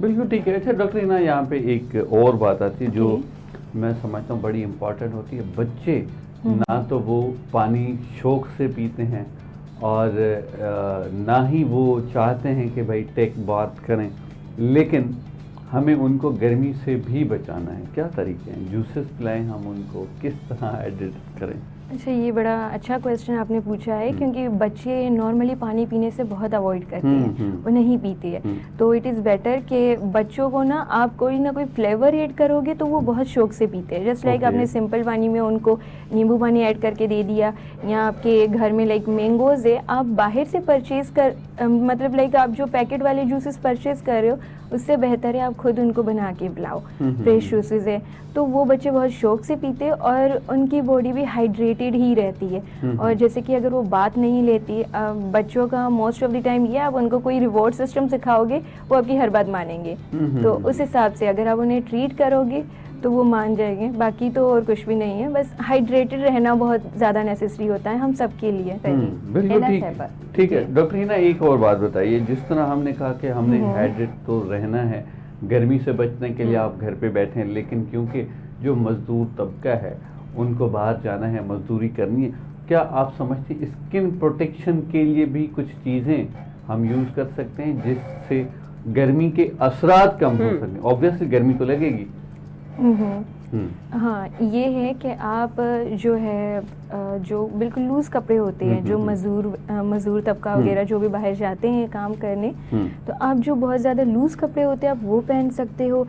जो मोस्ट एक्सपोजर एरिया है आपका, जो एक्सपोज रहता है, आप उसको कवर करो। जस्ट लाइक आपके हैंड्स और ये ऐसी चीज़ें हो गई, फोर आर्म्स वगैरह, आप उसको कवर करो। और अपार्ट फ्रॉम दैट आप ये कर सकते हो कि एक कपड़ा लेके किसी भी ठंडे पानी में डिप करके उसको बार बार यूज करें, तो इससे आपकी बॉडी का टेम्परेचर मेंटेन रहेगा। बिल्कुल ठीक। अच्छा, आपने बात की हैंड वॉश करने की, मतलब हमने अपने आप को टेक बात करना तो बहुत जरूरी है, लेकिन सुना है कि गर्मी की शिद्दत जब बढ़ जाती है तो जर्म्स भी जल्दी अटैक करते हैं आपकी स्किन पे। खास तौर पे हम बात करेंगे हैंड्स की, कि भाई हैंड्स आपने बार बार वॉश करने, इसमें कितनी सदाकत है? ये बिल्कुल ठीक है, क्योंकि जैसे गर्मी है तो गर्मी में जम्स बहुत ज़्यादा होती है, तो अब ये नेसेसरी नहीं होता या पॉसिबल नहीं हो पाता कि हम बार बार जाके हैंड वॉश करें। It is better pocket friendly जो सैनिटाइज़र होते हैं आप वो यूज़ करो, वो भी ज़्यादा बेटर होता है, वो भी आपको प्रोटेक्शन देते हैं। बिल्कुल ठीक। हिना साहिबा, ये गर्मी की सीजन में बीपी का लो होना और हाई होना इट्स कॉमन। तो हम देखते हैं कि हर घर में कोई ना कोई बीपी का मरीज है। क्या उनको बीपी हाई या लो में ठंडे पानी का इस्तेमाल करना चाहिए, उनको पिलाना चाहिए जल्दी जल्दी? जैसे हम कहीं से भी भागते हुए आते हैं, बाहर से आते हैं, तो हमें यह ठंडा पानी पीने का दिल करता है और हम पीते भी हैं। ये फायदेमंद है या नुकसान का? ये बहुत अच्छा क्वेश्चन आपने पूछा है, क्योंकि मोस्ट ऑफ द टाइम ये चीज़ें होती हैं कि लोग जैसे गर्मी से आ रहे हैं तो उनका मेन चीज़ ये होता है कि ठंडा पानी चाहिए, एसी चाहिए। अगर एसी अवेलेबल नहीं है तो फ़ैन, जो कि बहुत बड़ी गलती होती है, जो हमें पूरी तरीके से अवॉइड करनी है। जब आप सडनली बाहर से आ रहे हो, आपकी बॉडी बहुत ज़्यादा हीटअप होती है, टेम्परेचर आपका ऑलमोस्ट बढ़ा हुआ, आप उस ओवर हीटेड बॉडी को आप अगर सडनली कोल्ड वाटर दोगे तो वो आपके इंटरनल सिस्टम बहुत ज़्यादा डैमेज हो जाते हैं, क्योंकि आपकी बॉडी उससे कंपनसेट नहीं कर पाती इतनी जल्दी। तो बिफोर दैट आप ठंडा पानी पिए, पहले आप किसी भी कूल प्लेस में बैठे, अगर आप घर में आए हो विदाउट फैन आप बैठें, थोड़ा सा जैसे आपको लग रहा है कि अब आप थोड़ा सा काम फील कर रहे हो, लाइट हो, टेम्परेचर सही हो रहा है, उसके बाद आप जो फैन है वो ऑन करें और जो है आप नॉर्मल पानी रूम टेम्परेचर वाला वो यूज़ करें। आफ्टर दैट आप कोल्ड वाटर जो भी, क्योंकि सडनली अगर आप अपनी बॉडी के टेम्परेचर को कंपनसेट करने की कोशिश करोगे वो कंपनसेट नहीं होगा, वो ओवर हो जाएगा। उसके बाद जो जैसे कि हमारे पास ये स्ट्रोक्स होते हैं, आपने देखा होगा काफ़ी सारे पेशेंट हमारे पास जो होते हैं, अगर सर्दियों में हम देखें तो भी स्ट्रोक ज़्यादा होता है और गर्मियों में भी स्ट्रोक होता है। Reason is that. सही है ना साहिबा, हम लड़कियां कॉन्शियस होते हैं अपनी स्किन के लिए, खास करके स्किन का ख्याल रखना चाहते हैं, हम ब्राइट दिखना चाहते हैं। चलें कोरियन स्किन तो नहीं रख पाते लेकिन जो स्किन है उसको तो एटलीस्ट मेंटेन करें। थिंग इज दैट कि हमारे पास कुछ चीज़ें अवेलेबल होती हैं जो हम करना चाहते हैं यूज़। खास करके हम जब सूरज की तपती धूप में निकलते हैं तो हम सन ब्लॉक यूज़ करते हैं। तो क्या सन ब्लॉक हमें प्रोटेक्ट करता है? क्या ये सन ब्लॉक लड़कों को भी यूज़ करना चाहिए? स्किन केयर के हिसाब से तो बहुत अच्छी चीज़ें हैं। लड़कों को भी सन ब्लॉक यूज़ करना चाहिए और लड़कियों को भी, क्योंकि हम इतनी ज़्यादा हम अपनी स्किन को नहीं प्रोटेक्ट कर सकते, लेकिन जितना कर सकते हैं वी शुड। और आजकल जैसे कि मार्केट में अवेलेबल है टिंटेड सन ब्लॉक एंड बहुत सारी चीज़ें आती है, उनको हमें कभी भी यूज़ नहीं करना चाहिए, क्योंकि उसमें SPF होता ही नहीं है। जो नेचुरल होती हैं, जो जेल बेस होते हैं, वो आपकी स्किन को ज़्यादा प्रोटेक्ट करते हैं। अब ये इतने ज़्यादा एक्सपेंसिव भी नहीं होते और इतने अफोर्डेबल भी नहीं होते, तो आप इन बिटवीन जो होते हैं वो यूज़ करें, क्योंकि स्किन प्रोटेक्ट करना सबका बेसिक है। तो आई थिंक अगर आपकी स्किन अच्छी होगी तो आप बहुत ज़्यादा कॉन्फिडेंट भी होगे। बिल्कुल ऐसा है। नाज़रीन हिते पाण वठंदासीं शॉर्ट कमर्शियल ब्रेक खां पोइ असां सां वरी मुलाक़ात थिए थी। Stay tuned, stay with us.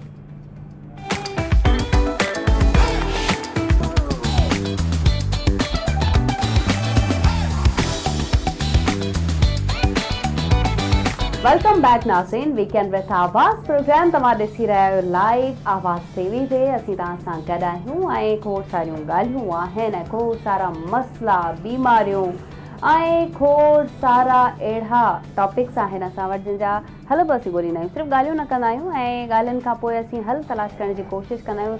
ऐं तव्हांजी बि माइंड में इहो ई हलंदो हूंदो त असीं जॾहिं असीं हीट स्ट्रोक ते ॻाल्हायोसीं त असां वटि हल छा आहे गर्मी खां बचण जे लाइ। ऐं ईअं ई हिकिड़ी अहिड़ी बीमारी जेका इंटरनेशनली लेवल ते उनखे सेलिब्रेट कयो वञे थो।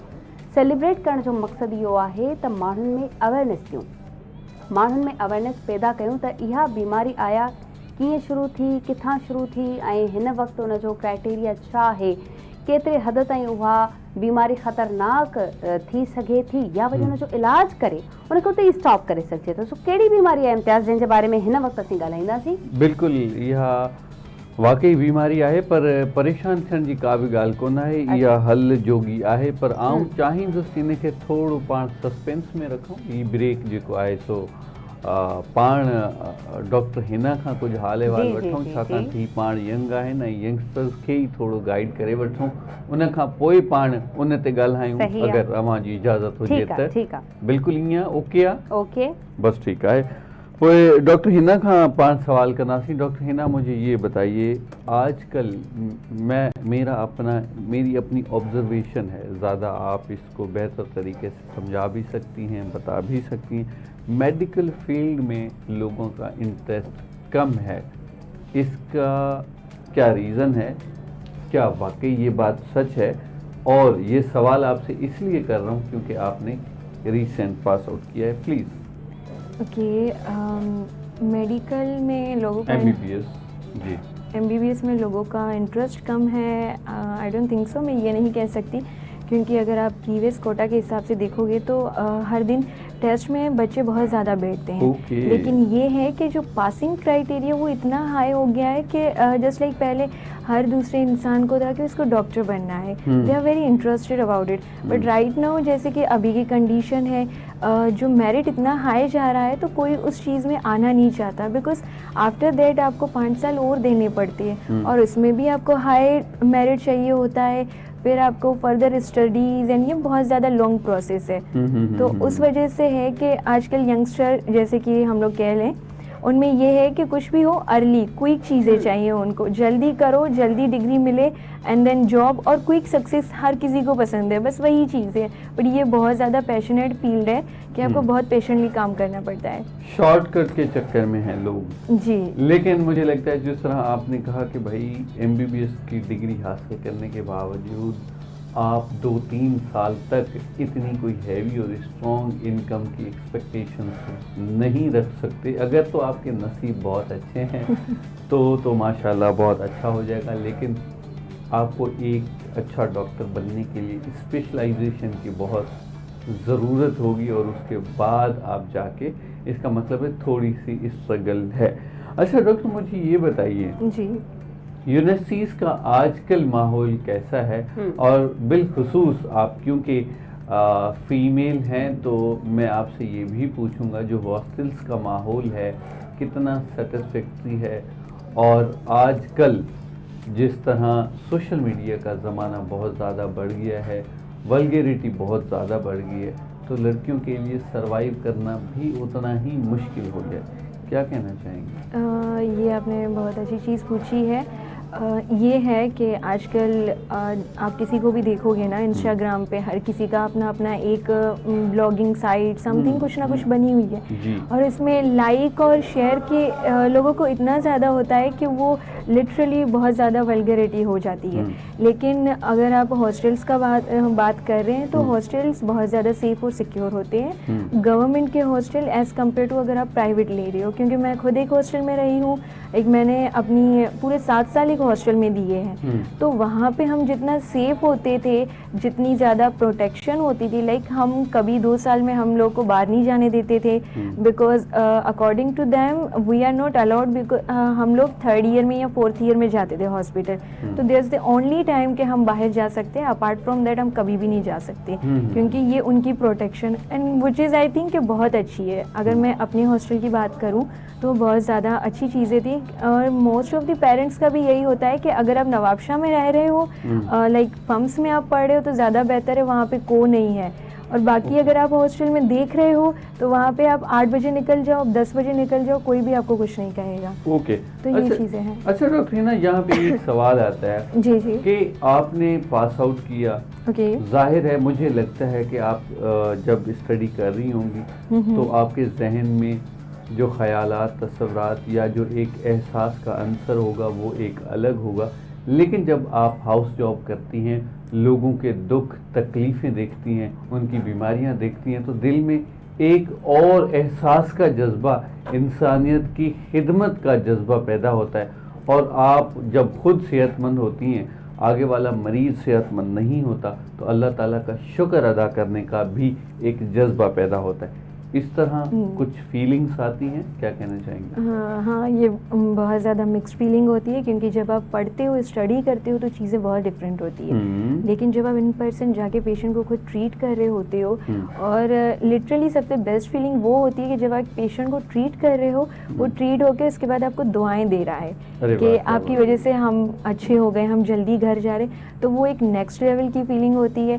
बहुत ज़्यादा सेटिस्फेक्शन भी हमें फील होती है, क्योंकि अगर आप देखोगे डॉक्टर इतना अर्न नहीं करता, बहुत ज़्यादा लंबी स्ट्रगल होती है। 5 साल आप पढ़ो, देन आप हाउस जॉब करो, उसमें भी आपको स्टाइपेंड इतनी नहीं होती है। आफ्टर दैट आप दोबारा 3-4 साल पढ़ रहे हो, स्पेशलाइजेशन, इट्स लाइक ऑलमोस्ट आपकी आधी ज़िंदगी चली जाती है। तो हमें जो चीज़ मोटिवेटेड रखती है वो यही सेटिस्फेक्शन होती है, ओके अल्लाह ने हमें किसी चीज़ के लिए लाइक चूज़ किया, एक पर्पज़ है हमारा, हमें सर्व करना है, तो वी आर ऑन इट।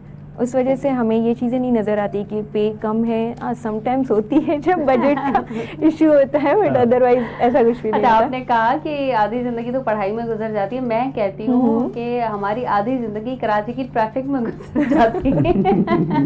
घर पहुंचो, ऑफिस पहुंचो, जिंदगी खत्म, टाइम बिल्कुल खत्म। अच्छा हिना साहिबा, मैं आपसे ये जरूर पूछना चाहूंगी कि रिसर्च करना कितना जरूरी है इन स्टडी। आप जब MBBS कर रहे हो, उस दौरान रिसर्च करना और उसके बाद रिसर्च करना, डिफरेंस क्या देखती हैं? ये बहुत ज़्यादा नेसेसरी होती है रिसर्च आपके लिए, क्योंकि अब हम पहले के सिस्टम में, एनवायरनमेंट में हम लोग नहीं रह रहे। कि पहले ये होता था अगर आप MBBS डॉक्टर हो बहुत बड़ी बात हो गई, अब नाउ इट्स लाइक कि अगर आप MBBS हो कुछ भी नहीं होता। सब लोग कहते हैं आगे की स्पेशलाइजेशन क्या है। तो जब आप रिसर्च करते हो, ना सिर्फ पाकिस्तान में, आपको बाहर जो अब्रोड होते हैं आपको उसके बारे में भी पता होता है, और ये बहुत ही अच्छा इम्पैक्ट होता है कि आपको नॉलेज कितनी है अपार्ट फ्रॉम आपकी स्टडी, क्या आप उसके बाहर भी आप जाके देख रहे हो। और वैसे भी जैसे आजकल हम यंगस्टर का सबसे यही होता है कि हम लोग को बाहर जाके अपनी डिग्री परस्यू करनी है, तो उसमें हमें रिसर्च बहुत ज़्यादा काम आती है, क्योंकि पास आउट होने के बाद तो हर कोई करता है, लेकिन आप अपने एकेडमिक्स ईयर में आपने कितना आप एक्टिव थे, किस चीज़ों में, कितनी एक्टिविटीज़ में आप पार्टिसिपेट करते हो, तो ये बहुत ज़्यादा इम्पोर्टेंट रोल प्ले करता है। बेहतरीन, बिल्कुल ठीक है। अच्छा डॉक्टर हिना, यहाँ पे एक और सवाल है जी। कि जब बहुत ज़्यादा भीड़ हो जाती है, लोगों का रश बन जाता है, तो डॉक्टर हजरात बहुत ज़्यादा एग्जॉस्टेड हो जाते हैं, और उनका जो बिहेवियर है वो लोगों के साथ, बिलखुसूस जो मरीज़ हैं उनके साथ अच्छा नहीं रहता। मैं ये भी बात ज़रूर ऐड करूँगा, ज़ाहिर है डॉक्टर भी इंसान हैं, उनके दिल के जज्बात हैं, वो भी, उनको भी गुस्सा आता होगा, मूड ख़राब होता होगा, लेकिन उसके बाद आपको कभी फील होता है कि यार ये मरीज़ के साथ इस तरह बिहेव करना नहीं चाहिए था, या मरीज़ की तरफ से कभी आपसे इस तरह बिहेव किया गया? ये बहुत ज़्यादा गिल्ट वाली चीज़ होती है अगर हम किसी भी पेशेंट से ऐसे बात करें, क्योंकि हम डॉक्टर, हम ट्रीट करते हैं, हमें पता है, हम इतना परेशान नहीं होते जितना कि मरीज़ होता है। एक्चुअली मरीज से भी ज़्यादा उसका अटेंडेंट ज़्यादा परेशान होता है, उसको पता होता है कि चीज़ों को कैसे डील करना है, वो क्या क्या कर रहा है, तो फिर उस चीज़ के बारे में हम बहुत ज़्यादा फील होता है। लेकिन जब अगर ज़्यादा पेशेंट का फ्लो होता है, हम काफ़ी बार एक चीज़ अगर मल्टीपल टाइम समझा रहे होते वो नहीं समझ आती, तो फिर वो एट सम मोमेंट, बहुत ही रेयरली है कि उस टाइम हमारी टोन थोड़ी बहुत हो जाती है रेस, बट उसके फ़ौरन बाद हमें ये एहसास भी होता है कि नहीं, उनकी गलती नहीं है, हम यहाँ पे बैठे हैं उनको ट्रीट करने के लिए हैं, तो ये चीज़ें नहीं होनी चाहिए, और हम इजीली जाके उनसे अपोलोजाइज़ भी करते हैं। सही, बेहतरीन। अच्छा इम्तियाज़, जे बीमारी जे बारे में मां स्टार्टिंग में ॻाल्हि कई हुई त उनखे थोरो डिस्क्राइब करे वठूं। अल्बिनिज़म बीमारी, उनजो इलाज बि मुमकिन आहे, पर ॻाल्हि उहा असीं कंदासीं त जीअं इलाज त करायूं था पर उन में बहितरी न ईंदी, चलो उहा रुकिजी वेंदी आहे, पर उन में बहितरी अचण जो को बि चांस नाहे हूंदो। उनखे चवंदा आहिनि चिटरी जी बीमारी बि उनखे चवंदा आहिनि, बग बि उनजो नालो आहे, ऐं इहा बीमारी 10% माण्हुनि में थिए पई, यानी कि अगरि असीं 50% माण्हू खणूं था त उन्हनि में 10% माण्हुनि खे इहा बीमारी इन पाकिस्तान या ओवरऑल इन द वर्ल्ड आहे। अॼु इन बीमारीअ जो ॾींहुं सेलिब्रेट कयो वञे थो। बिल्कुलु सही ॻाल्हि आहे, ऐं आउं सम्झां थो त इन बीमारीअ बाबति इंसाननि खे परेशान न थियणु घुरिजे, छाकाणि त ही को अव्हांखे ज़हनी जिस्मानी तौरु तकलीफ़ कोन ॾींदी आहे, पर ज़ाहिर आहे इंसान हर माण्हू चाहींदो आहे त जीअं आउं आहियां उन पंहिंजो पाण खे वेल मेंटेन रखणु चाहींदो आहे, ऐं बिलख़ुसूस हू चाहींदो आहे त मुंहिंजी स्किन परफेक्ट ॾिसण में अचे, न सिर्फ़ु परफेक्ट ॾिसण में अचे, ऐं उन्हनि जी कंटिन्यूअसली स्किन केयर बि कंदो रहां। पर छाकाणि त अॼु इंटरनेशनली इन ॾींहं खे सेलिब्रेट कयो पियो वञे, इन जूं जेके वजूहात आहिनि उहे बि पाण ज़रूरु डिस्कस कंदासीं ॿिए पार्ट में, ऐं उनखां पोइ जेके हल आहिनि इन जा उहे बि पाण ज़रूरु डिस्कस कंदासीं। चवण जो रुॻो इहो मक़सदु आहे त हिकिड़ो ॾींहुं जंहिंखे मुख़्तस कयो वियो आहे इन बीमारीअ जे लाइ, आऊं इन प्रोग्राम जे तवसुत सां इहा इल्तिमास कंदुसि, अल्लाह पाक अगरि अव्हांखे सिहतमंद रखियो आहे, अव्हीं इन्हनि शयुनि खां आजा आहियो, आज़ादु आहियो, अव्हांजी रंगत ठीकु आहे, बेशक अव्हीं थोरो अव्हांजो कलर डार्क आहे, डिम आहे, अव्हीं ब्राइट आहियो, अल्लाह ताला जो शुक्र अदा करियो। ऐं मां सम्झां थो त हर वक़्तु अल्लाह पाक खां इहा दुआ कंदा रहो त अल्लाह पाक तव्हांखे सेहत सां खुशबाश ऐं खुरम रखे। बिल्कुल। हिना राना साहिबा, आपका बहुत शुक्रिया, आप प्रोग्राम में आई और आपने हमें अपना कीमती टाइम दिया। नाज़रीन, ते वक्त थियो आहे नंढड़े ब्रेक जो। वीकेंड विद आवाज़ प्रोग्राम जारी आहे, नंढड़ी साई खां पोइ वरी वापसि था अचूं।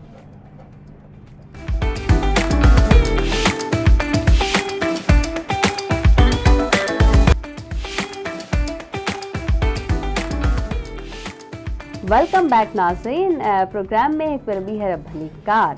जीअं त ॾींहं असीं ॿुधायूं पिया त इंटरनेशनली लेवल ते कुझु ॾींहं सेलिब्रेट कया वेंदा आहिनि, कुझु नेशनली लेवल ते सेलिब्रेट कया वेंदा आहिनि, पर वर्ल्ड लेवल ते कुझु ॾींहं मख़सूस आहिनि जेके सेलिब्रेट कया वेंदा आहिनि, ऐं कंट्रीज़ उन्हनि खे सेलिब्रेट इन लाइ कंदियूं आहिनि जो माण्हुनि में अवेयरनेस बि पैदा थिए, माण्हुनि खे ख़बर बि पए त हिन ॾींहं जी वैल्यू केतिरी आहे। हिकिड़ो अहिड़ो ॾींहुं अॼु सेलिब्रेट कयो वञे थो, शायदि पाकिस्तान में सेलिब्रेट न कयो वेंदो आहे, न ई वरी माण्हुनि खे ख़बर आहे त हिन ॾींहं जी बि का अहमियत आहे, हिन तारीख़ जी बि का अहमियत आहे। सो उहो ॾींहुं आहे वर्ल्ड डॉल्स डे, यानी कि गुॾनि जो ॾींहुं, जेके असीं नंढे हूंदे खां ॾिसंदा आया आहियूं, खेॾंदा आया आहियूं। असीं छोकिरियूं तोड़े असां गुॾे गुॾी जी शादी कराइण में बि मसरूफ़ हूंदा हुआसीं, ऐं असां वटि डॉल्स हिन वक़्त ताईं बि मौजूदु आहिनि। ख़ासि करे मूं वटि बि पंहिंजी डॉल मौजूदु अञा ताईं आहे, जेका मुंहिंजे नंढे हूंदे फेवरेट हुई, अञा ताईं उनखे मां संभाले रखियो आहे। सो छोकिरियूं पंहिंजूं शयूं संभाले रखंदियूं आहिनि। ख़ासि करे अगरि डॉल्स जी ॻाल्हि अचे, टॉयज़ जी ॻाल्हि अचे, त असीं उन्हनि जे लाइ तमामु घणियूं एक्साइटेड बि थी वेंदा आहियूं, पर असां उन्हनि जे लाइ इलाही अलाए छा फील कंदा आहियूं, ख़बर न आहे, फीलिंग्स असां उन्हनि जे लाइ रखंदा आहियूं। अॼु वर्ल्ड डॉल्स डे आहे, ऐं उहो वर्ल्ड डॉल्स डे सेलिब्रेट कयो वञे थो केतिरनि ई मुल्कनि में। इहो शुरू कयो वियो 1986 में, फर्स्ट टाइम इनखे सेलिब्रेट कयो वियो, ऐं इजिप्ट इनखे सेलिब्रेट कयो। दैन उहो ग्रीस बि पंहिंजे बुक में लिखियो, ऐं ग्रीस बि उनखे एक्सेप्ट कयो, ऐं उन्हनि बि चयो त असीं वर्ल्ड डॉल डे सेलिब्रेट कंदासीं। उनखां पोइ जेका कंट्री आहे उहा वर्ल्ड डॉल डे सेलिब्रेट करण वारी उन्हनि फ्रांस में उन्हनि एक्सेप्ट कयो इन ॾींहं खे ऐं उन्हनि बि सेलिब्रेट करणु शुरू करे छॾियो। ईअं अमेरिका, कैनेडा ऐं खोड़ सारा ॿिया मुल्क आहिनि जेके वर्ल्ड डॉल डे सेलिब्रेट कंदा आहिनि। बिल्कुलु ठीकु नाज़रीन, आउं मां खे ॿुधाईंदो हलां त सबा अबड़ो बि पंहिंजे घर जी डॉल आहे ऐं इनखे हिनजी अम्मी बि चवंदी आहे मुंहिंजी गुॾी केॾां वई ऐं केॾी महिल अचे पई, ईअं आहे या न सबा? जी ईअं आहे। हा, सो इन करे बाबा जेके बि अव्हां जूं भेनरूं आहिनि या घर में न्याणियूं आहिनि, नंढड़ियूं आहिनि, उन्हनि खे गुॾी चवंदा कयो, छाकाणि त इहा इन्हनि खे रूहानी ख़ुशी ॾींदी आहे। जीअं थोरी देरि पहिरियां सबा ॻाल्हि ॿोल कई त गुॾे ऐं गुॾीअ जी शादी बि कराईंदा हुआसीं। साॻी रीति जिन खे छोकिरनि खे गुॾे ऐं गुॾी जी शादी कराइण में तस्कीन मिलंदी आहे ऐं पंहिंजी शादीअ जा ख़्यालात माना ख़ुशी महसूसु थींदी आहे त पोइ उन मां लुत्फ़अंदोज़ थी सघो था। बहरहाल सभु मूंखे ॿुधायो त अव्हां महांगे खां महांगी गुॾी कॾहिं ऐं केतिरे जी वरिती? अच्छा, इहो आहे त मां पाण कॾहिं बि डॉल पंहिंजे लाइ परचेज़ न कई आहे। मुंहिंजे बाबा मूंखे बचपन में इलाही डॉल्स वठी ॾिनियूं हुयूं ऐं उन मां हिकिड़ी डॉल जेकी कोयटा खां वठी आया उहा रोअंदी बि हुई। उनजे अगरि मुंहुं मां फीडर कढो त उहा रोअंदी हुई ऐं जॾहिं इन कयो त उहा खिलंदी हुई ऐं आइज़ क्लोज़ बि कंदी आहे, ओपन बि कंदी आहे ऐं उनखे स्वेटर जी पूरी उहा डॉल ठहियलु आहे। उहा ॾाढी ख़ूबसूरत डॉल अॼु ॾींहं ताईं मां महफ़ूज़ रखी आहे छो त मुंहिंजे बाबा मूंखे गिफ्ट कई, फस्ट डॉल हुई। उनखां पोइ त अलाए केतिरियूं आयूं केतिरियूं वयूं पर मां पंहिंजे लाइ परचेज़ न कई। हा, ट्वीटी या वरी ॿियूं के जेके ॿिया टॉयज़ आहिनि उहे परचेज़ असीं कंदा आहियूं। इम्तियाज़ जेके जिन जो नालो गुॾी आहे तव्हां सम्झी सघो था अॼु उन्हनि जो बि ॾींहुं आहे, यानी कि जंहिंखे घरनि में गुॾी चइजे थो त गुॾी हेॾां अचु, गुॾी ही कमु करे ॾे। अॼु उन्हनि जे लाइ बि इहो ॾींहुं असीं चऊं था त हीअ अॼु तव्हांजो बि ॾींहुं आहे ऐं ख़ासि करे इम्तियाज़ जेके न्याणियूं आहिनि उन्हनि खे तव्हां अगरि कोई गिफ्ट ॾियणु चाहियो था, अगरि न बि ॾेई सघिया आहियो कॾहिं उन्हनि जी बर्थडे ते, उन्हनि जी शादी ते, तव्हांजी किथे बि भेण कहिड़ी बि उमिरि जी भेण आहे, तव्हां वञी करे अॼु उनखे हिकिड़ी नंढिड़ो हिकिड़ो टॉय वठी करे यानी कि हिकिड़ो डॉल जो टॉय वठी करे ॾेई सघो था, सेलिब्रेट करे सघो था। वाह वाह, बिल्कुलु मूंखे लॻे थो त मूंखे हिकु त ज़रूरु ख़रीद करणी पवंदी अॼु। सो नाज़रीन तव्हां सम्झी सघो था। सो बहरहाल अॼु पाण ख़रीद कंदासीं।